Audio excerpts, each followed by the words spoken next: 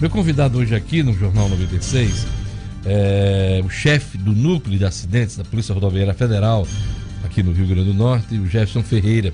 A gente vai falar sobre o Maio Amarelo, campanha de prevenção aos acidentes de trânsito em todo o mundo, viu? Com a campanha mundial, internacional, lançada pelas Nações Unidas e abraçada, claro, pelas autoridades de trânsito aqui no Brasil. Bom dia, Jefferson. Bom dia, Diógenes. Bom dia, Lugo. Bom dia, ouvintes da 96. Vou começar fazendo um histórico, né, da campanha, né, o movimento Maio Amarelo. Primeiro, o que é? O Maio Amarelo é uma iniciativa da ONU, né, dentre vários projetos de redução de mortalidade no trânsito, que tem como objetivo colocar em pauta a discussão sobre violência no trânsito nos mais variados setores da sociedade, né? Por que o mês de maio? O mês de maio, ele remonta aqui a data da assinatura do documento que tratou dessa pauta junto à Organização das Nações Unidas. 11 de maio de 2011. 11 de né? maio de 2011, foi essa data. E o amarelo, tipicamente, pela questão da atenção, né? Nossos semáforos contam com o amarelo em relação a isso. Perfeito. E a ONU decretou, nesse 11 de maio de 2011, e dá o mês da campanha, a década de ação para a segurança no trânsito. Por que, Jefferson? Diógenes, os números mostravam que mais de 50 milhões de feridos aconteciam no trânsito pelo mundo, né? Além de mais de 1,2 milhão de mortes. Então isso realmente é uma situação grave, é uma situação de muita violência em relação ao trânsito, que atinge inclusive outros setores como a saúde, e ela colocou como meta a busca de reduzir em 50% o número de mortos durante esse período da década. Pois é, esses números são de 2009, né? Por isso esse chamamento todo em 2011.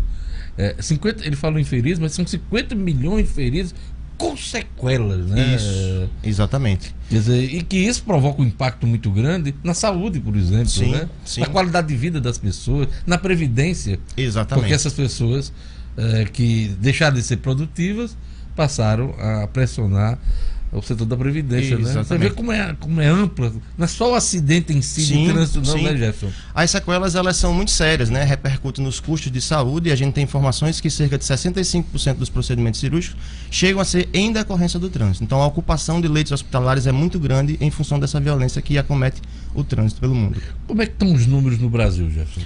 Diógenes, os números nos acidentes de trânsito e de mortos também, ele vem caindo de forma expressiva, né?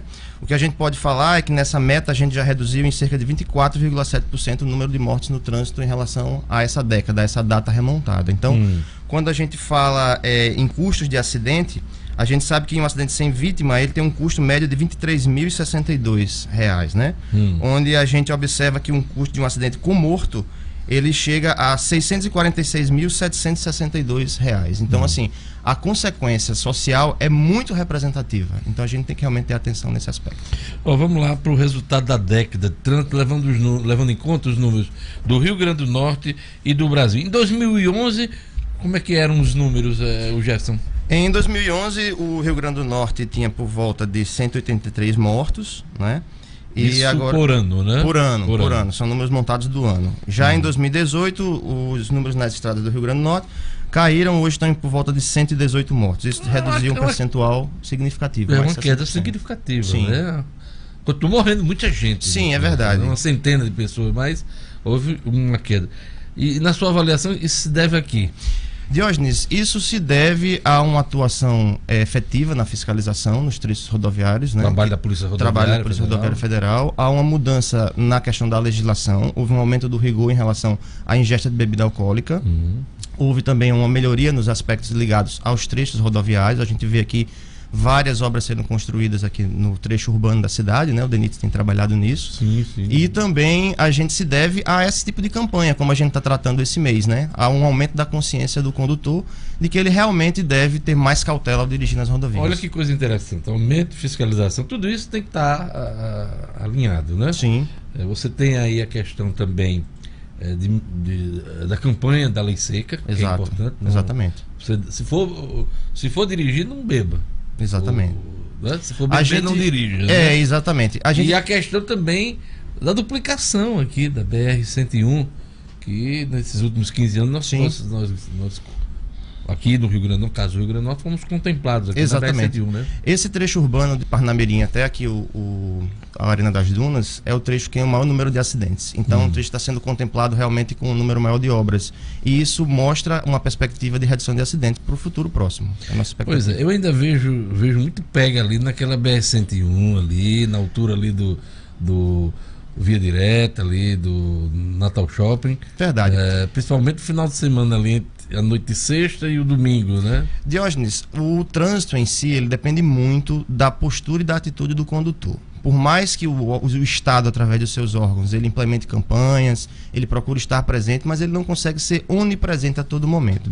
Então, o condutor, ao entrar no veículo, ele deve, de fato, assumir a responsabilidade que é dele, tanto na forma de conduzir, quanto na segurança dos pedestres. Vocês estão rigorosos nessa questão aí dos pegas ali na 101, Sim, né? A gente sempre tem montado os comandos, e inclusive de alcoolemia também, para a gente evitar esse tipo de situação. Beleza. Falamos dos mortos no Rio Grande do Norte, mas em 2011, qual era a taxa de mortalidade no Brasil aqui? Nas rodovias federais. No Brasil, a gente tem por volta em 2011 de 8.675 mortos, né? Em 2018, esse número caiu para 5.257, ou seja, uma redução por volta de 60%.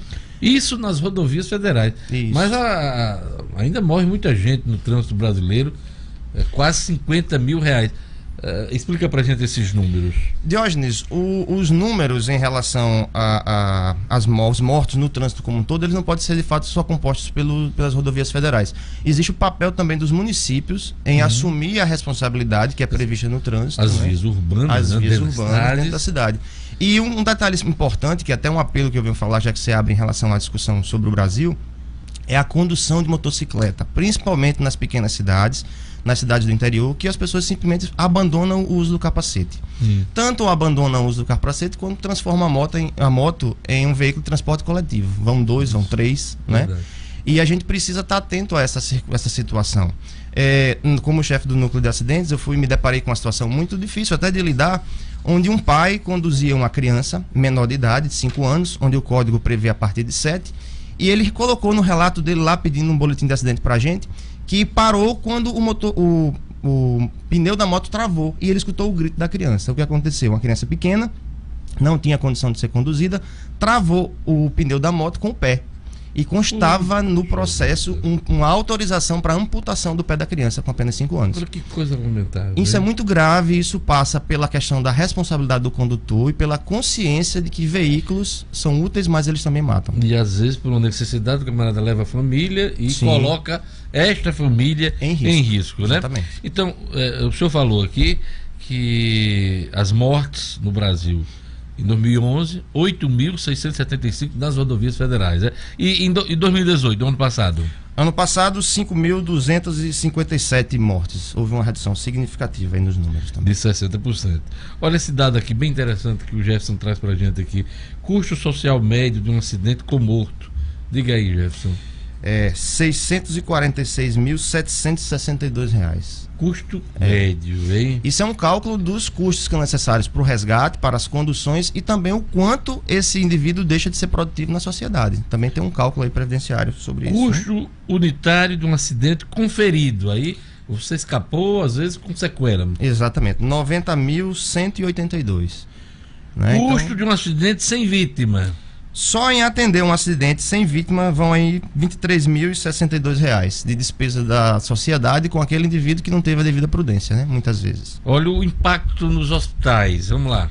Exatamente. Há informações de que cerca de 60% dos leitos cirúrgicos são ocupados com vítimas da violência no trânsito. E o custo para os hospitais?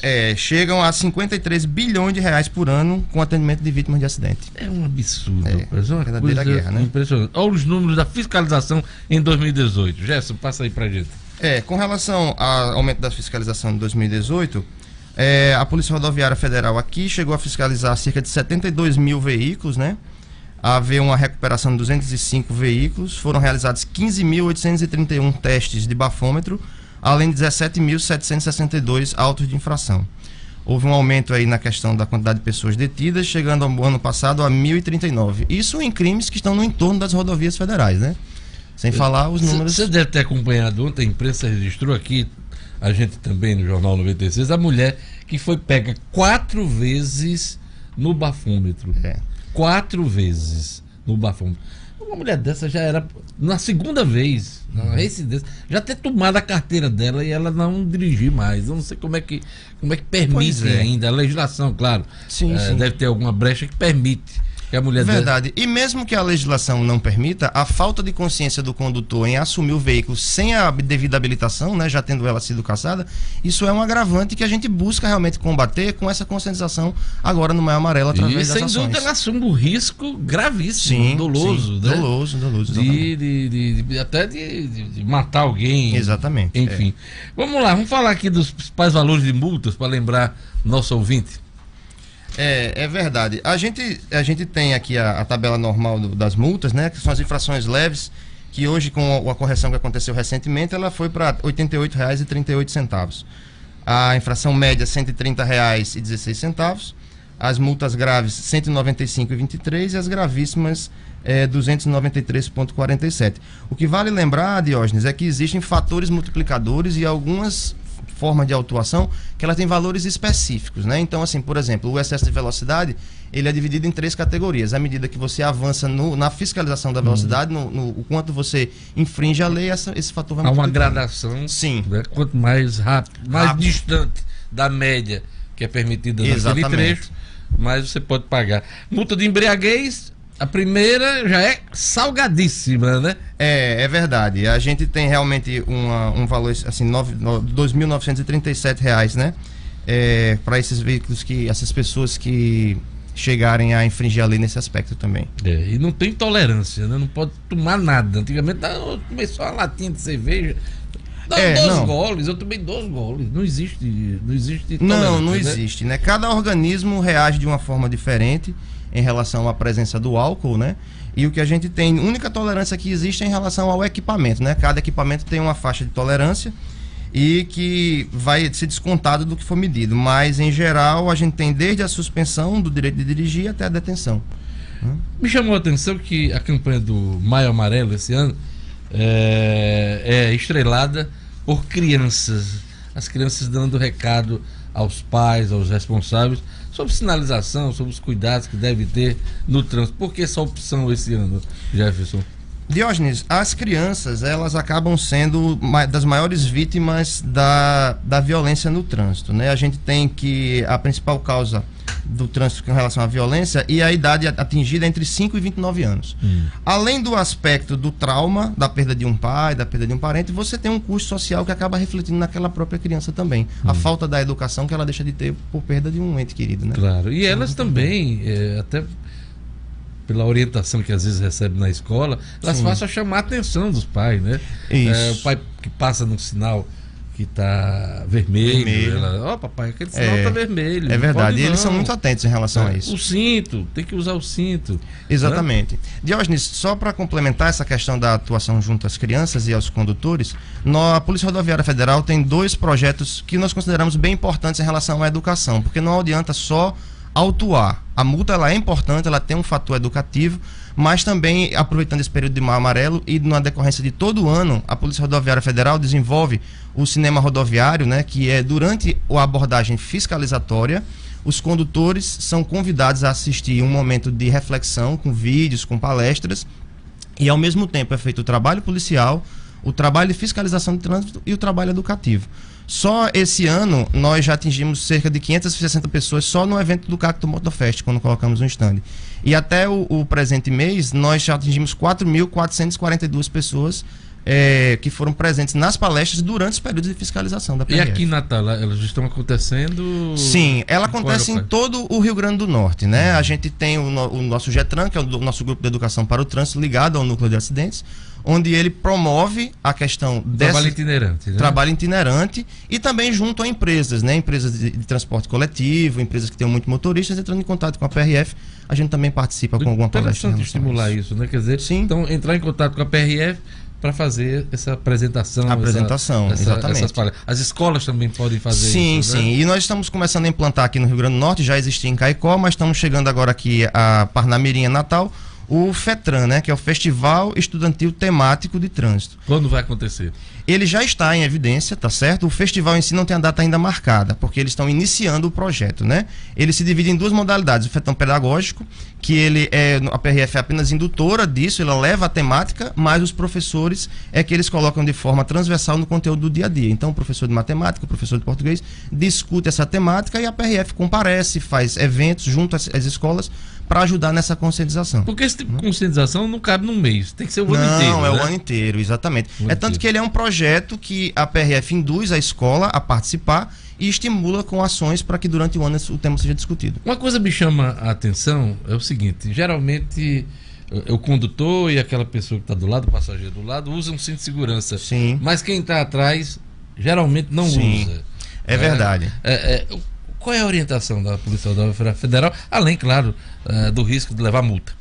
Diógenes, a nossa orientação é que os equipamentos de segurança do veículo que estão disponíveis, eles efetivamente devem ser utilizados. Todos? Todos os passageiros, eles devem utilizar o cinto de segurança, assim como o motociclista e o seu passageiro deve também utilizar o capacete. Isso é fundamental. Um passageiro solto lá atrás, às vezes uma criança, a pessoa pensa que não vai ter. Sim. Pode ser projetada, inclusive provocando um acidente grave com quem está conduzindo, com quem está na frente. Exatamente. A própria vida da criança. Enfim. Nós tivemos um acidente no ano passado, ali na região de Ceará-Mirim, cujo os passageiros da frente foram mortos pelos passageiros de trás que estavam sem cinto. Eles foram projetados, a violência do impacto foi tão grande que ele quebrou o encosto de cabeça do banco e atingiu a cabeça do passageiro da frente. Olha que então, coisa isso absurda. ele virou um objeto, realmente uma bala dentro do veículo, né? E só um detalhe, Diógenes, além da questão do cinto de segurança, é muito importante a gente atentar para a questão do assento de elevação e para a cadeirinha, né? Porque isso garante a segurança das crianças quando sendo transportadas. A gente visualiza muito, principalmente no transporte urbano, o transporte de crianças. Não, eu vou ali ao médico, vou levar para tomar uma vacina, coloca no banco da frente, coloca no banco de trás sem cinto. É muito importante a gente estar atento, porque essas crianças menores, elas são mais indefesas. E cabe aos pais e aos condutores do veículo a responsabilidade de cuidar. Está dado o recado. 11 de maio é o Dia Mundial dessa campanha do Maio Amarelo, que chama atenção para os graves acidentes de trânsito, não só nas rodovias federais, centros urbanos, nas rodovias estaduais, em todos os lugares. O trânsito mata, mas mata muito. Obrigado. Eu queria agradecer a presença do Jefferson Ferreira, chefe do Núcleo de Acidentes da Polícia Rodoviária Federal. Um abraço para o inspetor Cabral, hein? Tá joia, obrigado. Estamos à disposição. 191 é o nosso número no caso de emergência nas rodovias federais. Vocês estão de parabéns pela campanha. Obrigado. Olha, você acompanhou no Jornal 96, o Governo do Estado apresenta calendário para pagar folha de maio e 13º salário de 2017.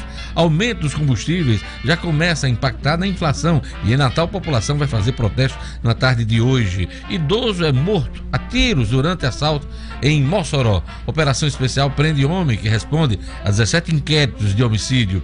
Licenciamento de veículos com placas final 8 vence hoje. Futebol Internacional tem dura missão em partida contra o River pela Libertadores. Tudo isso você acompanhou no Jornal 96. Aliás, tudo isso e muito mais, hein? Vem aí, Padre Francisco Fernandes com Fé na Vida. Eu volto amanhã. Até lá.